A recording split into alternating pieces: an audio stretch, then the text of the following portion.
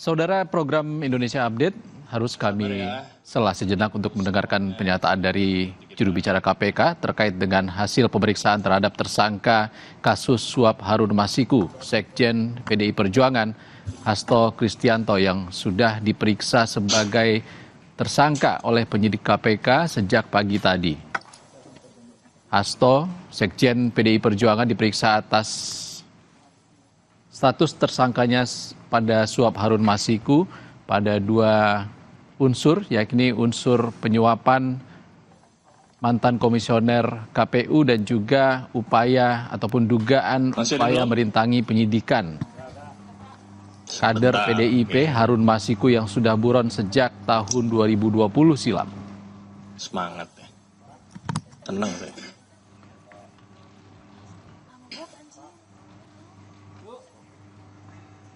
Masih ada yang belum?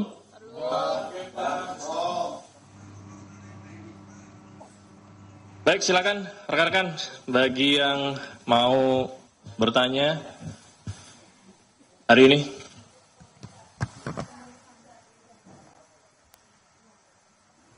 Ya, ini kan baru selesai ya, beberapa saat yang lalu.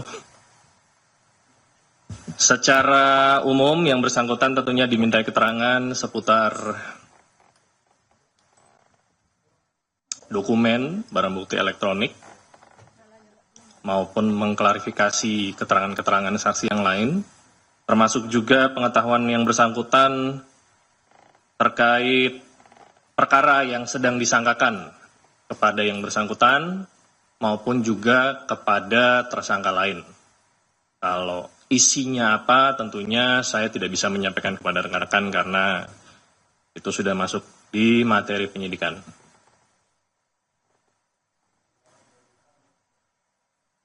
Ya, hasil koordinasi saya dengan penyidik, yang bersangkutan tidak dilakukan penahanan hari ini karena penyidik masih membutuhkan waktu untuk memeriksa beberapa saksi yang masih belum hadir dan masih dibutuhkan. Ya, sebagaimana rekan-rekan ketahui juga ada beberapa saksi yang dipanggil di perkara ini belum hadir.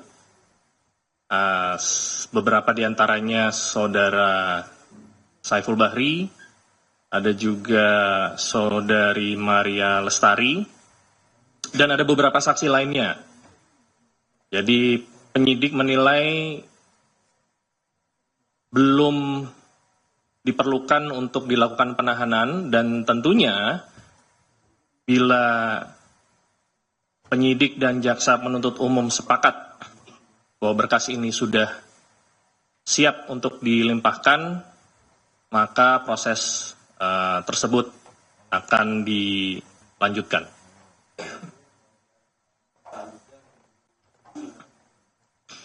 Ya, kalau pemanggilan saudara HK, kembali lagi, mungkin pertanyaannya apakah akan dipanggil kembali? Ya, pasti nanti yang bersangkutan akan dipanggil kembali, tetapi fokus penyidik saat ini adalah memenuhi unsur perkara di tindak pidana yang sedang disangkakan kepada beliau. Fokus utamanya adalah keterangan saksi-saksi yang belum hadir dan yang akan dipanggil kemudian untuk di perkara suapnya maupun di perkara pasal 21-nya.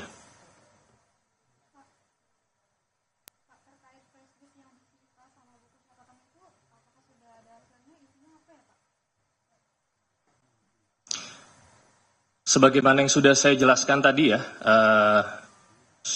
rekan-rekan bisa bertanya, namun karena penyidikan ini juga masih berlangsung, sebagaimana banyak dari rekan-rekan meminta penjelasan alat bukti apa, baik itu surat, barang bukti elektronik, flash disk, maupun hal-hal lainnya. Rekan-rekan ingin mengetahui, ingin menggali, dan itu kami pahami sebagai bagian dari kerja jurnalistik. Namun penyidik saat ini belum bisa membuka apa isinya, karena masih bersifat rahasia, dan itu Kalau di tingkat penyidikan baru bisa ditunjukkan kepada yang pertama, itu kepada penguasa barang. Yang pertama. Yang kedua, kepada saksi-saksi yang diduga mengetahui perihal alat bukti yang disita tersebut. Jadi di tingkat penyidikan baru sebatas itu. Rekan-rekan dan masyarakat baru bisa mengetahui apa isi baik itu catatan maupun flash disk maupun mungkin ada laptop, barang bukti elektronik lainnya, nanti ada ruangnya pada saat perkara ini sudah dilimpahkan ke persidangan nanti.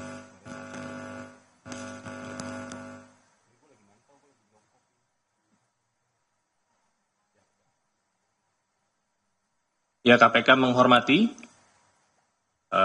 tindakan hukum yang diambil pihak tersangka, Saudara HK, untuk mengajukan pra-peradilan, dan KPK tentunya akan menghadapi proses pra-peradilan tersebut dengan mempersiapkan segala persyaratan dan administrasi yang diperlukan.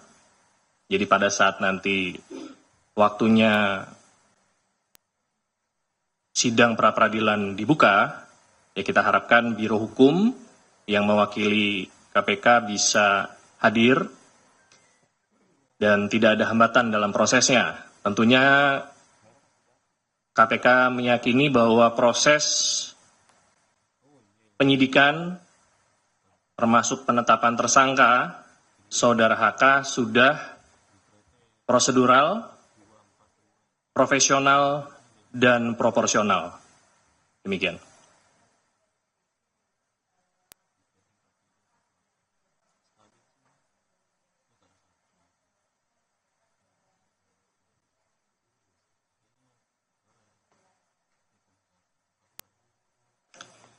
Ya, kita kalau berbicara pra-peradilan, ini sebagai edukasi juga bagi masyarakat bahwa pra-peradilan ini merupakan satu ranah yang bisa diambil oleh tersangka untuk menguji proses formil dari penyidikan, baik itu penyitaan, penggeledahan, penahanan, dan terakhir ya muncul terkait penetapan tersangka. Jadi yang diuji adalah proses formilnya. Kalau berbicara proses formil, sebagaimana yang tadi saya sampaikan, KPK meyakini proses penetapan tersangka Saudara HK sudah profesional, prosedural, dan proporsional. Terkait alat bukti, nanti baru kita bisa berbicara saat perkara ini sudah dilimpahkan ke persidangan.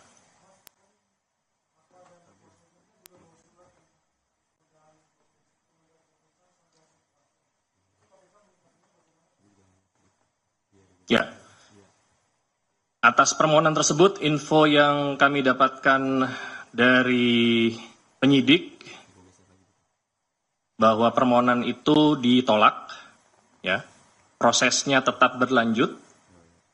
Apakah nanti Saudara HK akan dilakukan pemanggilan selama proses pra-peradilan, itu nanti dikembalikan kepada penyidik lagi. Intinya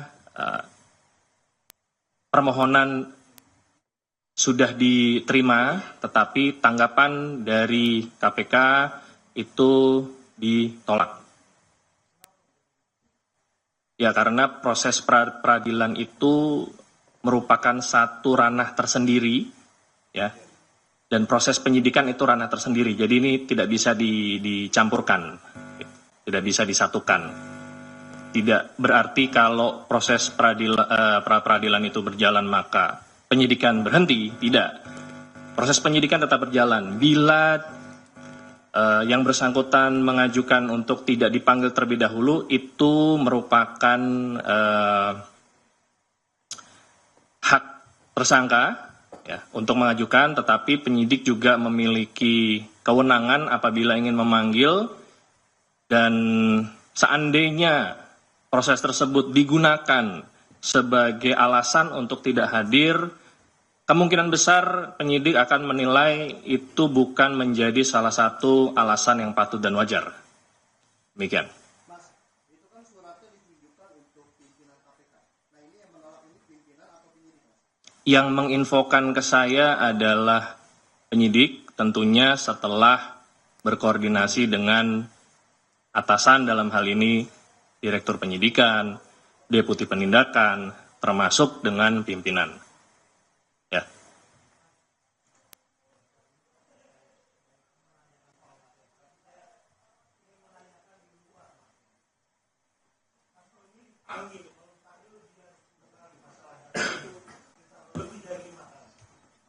Dari pertama datang terus keluar dia selalu bicara. Tapi hari ini ketika keluar dia tidak bicara sama sekali.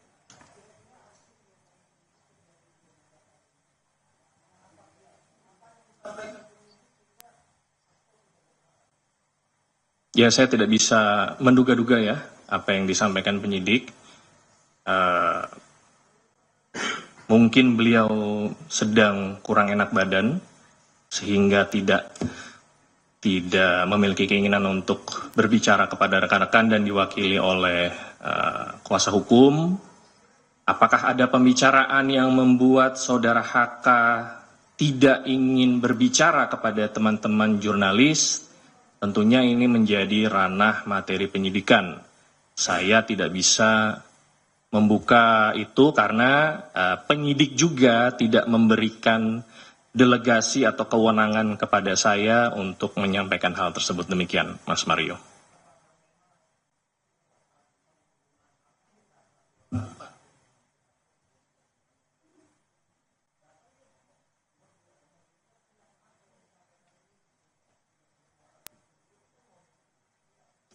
Ya itu kembali lagi saya tidak bisa sampaikan clue-nya karena belum dapat clue. Mungkin rekan-rekan bisa bertanya kepada kuasa hukum lebih lanjut ya, atau ke saudara HK langsung. Apakah ada hal-hal tertentu yang membuat yang bersangkutan tidak ingin berbicara kepada rekan-rekan jurnalis pada saat selesai dilakukan pemeriksaan sebagai tersangka. Demikian.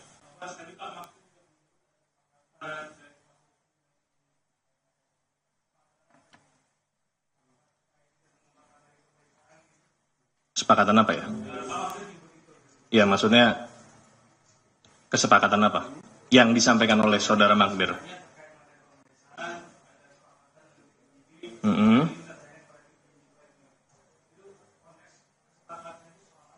Saya juga baru tahu ini ada kesepakatan yang disampaikan sama Mas Rizky ya. Ya, tentunya penyidik dalam hal ini Satgas yang menangani perkara termasuk yang melakukan pemeriksaan bekerja secara profesional, prosedural dan proporsional.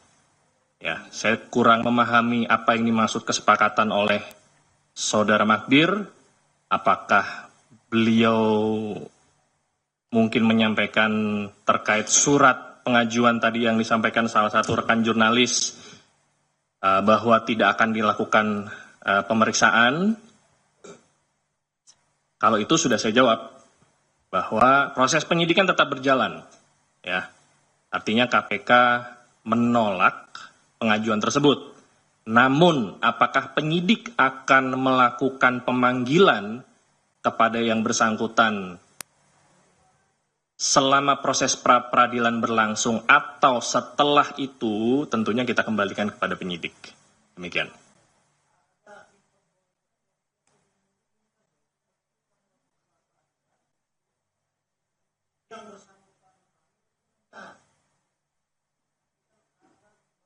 Ya,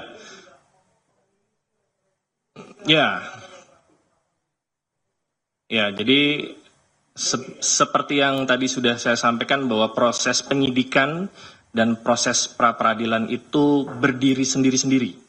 Ya, tidak ada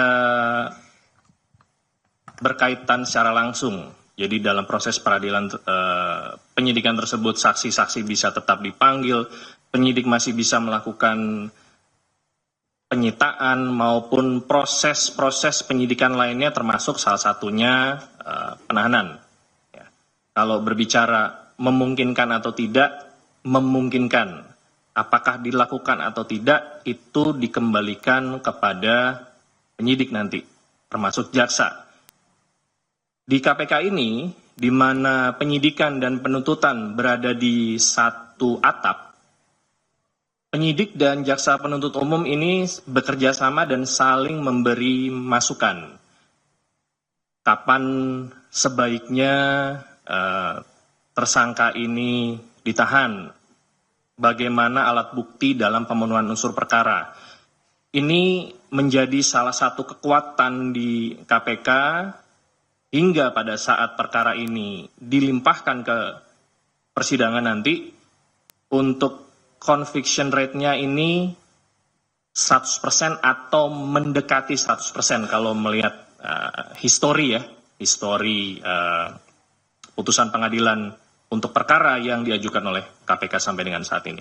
Jadi kembali menjawab pertanyaan Mas Mario, itu dimungkinkan, tetapi apakah akan dilakukan nanti kita kembalikan prosesnya ke penyidik nanti.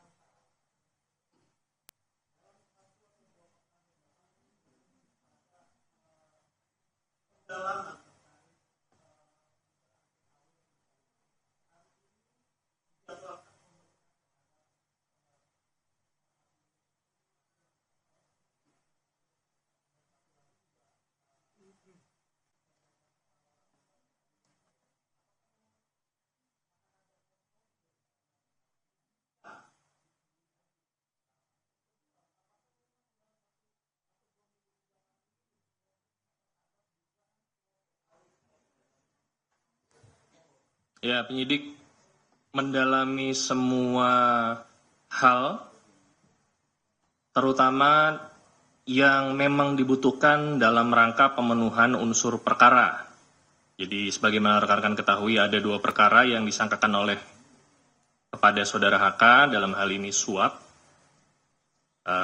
saudara Harun Masiku, kepada saudara Wahyu Setiawan, dan juga menghalang-halangi penyidikan. Jadi pemanggilan penyidik terhadap saksi-saksi ini tentunya berputar pasal yang disangkakan maupun objek perkara yang disangkakan kepada saudara HK.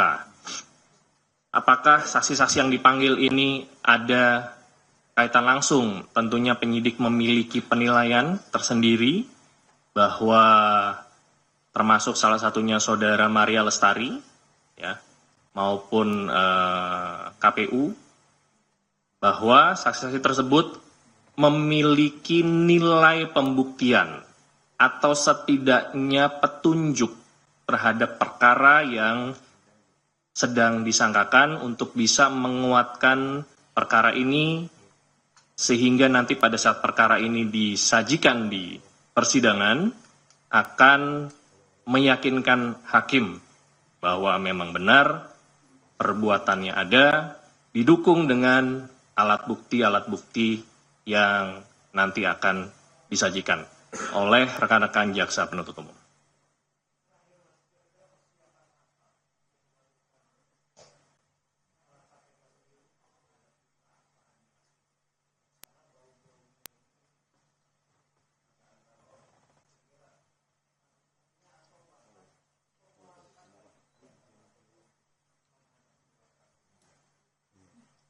Ya, KPK selalu menyiapkan diri karena pengajuan pra peradilan ini bukan hal yang pertama ya. Ini KPK sudah sering di-challenge oleh para tersangka melalui pra peradilan. Tentunya rekan-rekan kita di Biro Hukum sudah menguasai hal-hal apa saja yang dibutuhkan untuk menghadapi proses pra peradilan, dengan berkoordinasi dengan penyelidik, berkoordinasi dengan penyidik, termasuk dengan struktural, dalam hal ini para direktur, deputi maupun pimpinan, Dan semua administrasi dalam rangka penyidikan tersebut juga akan disiapkan sehingga nanti pada saatnya sidang itu digelar, Biro Hukum bisa meyakinkan hakim pra-peradilan bahwa perkara ini memang sudah sesuai dengan aturan hukum yang berlaku.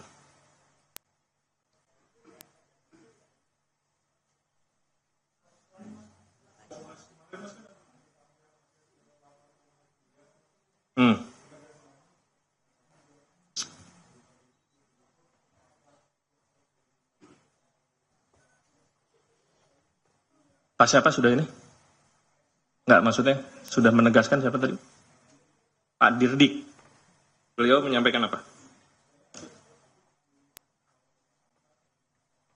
Oke.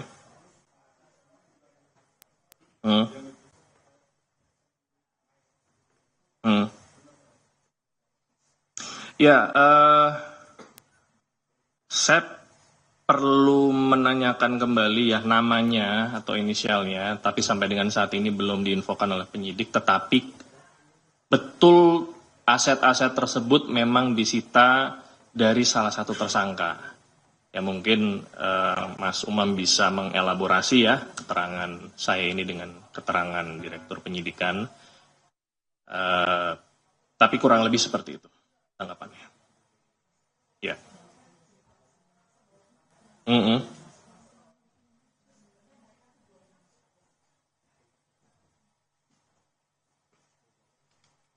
Semua orang bisa datang ke KPK.